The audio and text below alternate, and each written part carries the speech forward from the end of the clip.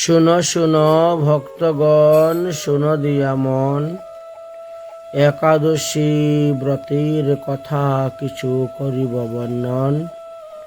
বর্তমানে আমাদের শ্রাবণ মাস চলতেছে, আর এই শ্রাবণ মাসের কৃষ্ণপক্ষে যে একাদশী ব্রত, তার নাম হলো শ্রী কামিকা একাদশী ব্রত।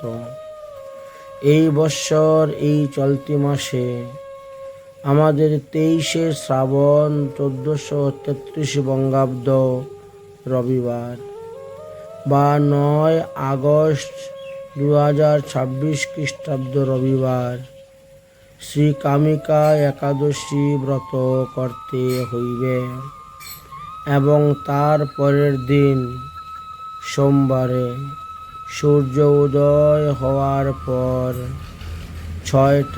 সকাল 6টা 17 মিনিটের মধ্যে ব্রতের পালন করতে হইবে। তাই ব্রতটির পালনের সময়টি এবার খুব কম আছে। মথুরায় সূর্য উদয় 5টা 51 মিনিটে, কলকাতায় সূর্য উদয় 5টা 14 মিনিটে। তিথি বিস্তারের কথা কিছু আলোচনা করছি। 22শে শ্রাবণ 1433 বঙ্গাব্দ শনিবার বা 8 আগস্ট 2026 খ্রিস্টাব্দ শনিবারে দুপুর 11টা 12 মিনিট পর্যন্ত দশমী ছিল। তারপরে একাদশী ব্রত লেগে গেছে। দশমী যুক্ত একাদশী ব্রত করা নিষিদ্ধ, তাই শনিবারে কোনো অবস্থাতেই এই ব্রত পালন করা হবে না। ব্রত পালন করব আমরা রবিবারে, কারণ রবিবারে একাদশী সংযুক্ত দ্বাদশী ব্রত করেছে। তাহলে 23শে শ্রাবণ 1433 বঙ্গাব্দ 9 আগস্ট 2026 খ্রিস্টাব্দ রবিবার শ্রী কামিকা একাদশী ব্রত করেছে। এই দিনে একাদশী আছে আমাদের সকাল 8টা 45 মিনিট পর্যন্ত, তারপরে দ্বাদশী লেগে গিয়েছে।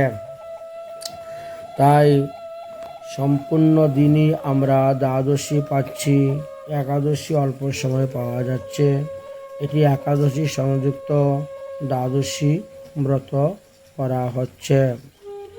তারপরে তাই এই দিন ব্রতটি অতি উত্তম, সবাই রবিবারেই ব্রত করবেন।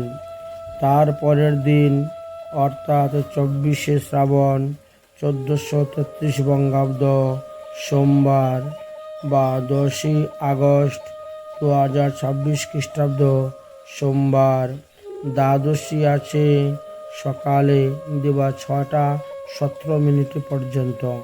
তারপরে ত্রয়োদশী লেগে গিয়েছে। সকাল 6টা 17 মিনিট, বুঝতে পারছেন তো? তারপরে ত্রয়োদশী লেগে গিয়েছে।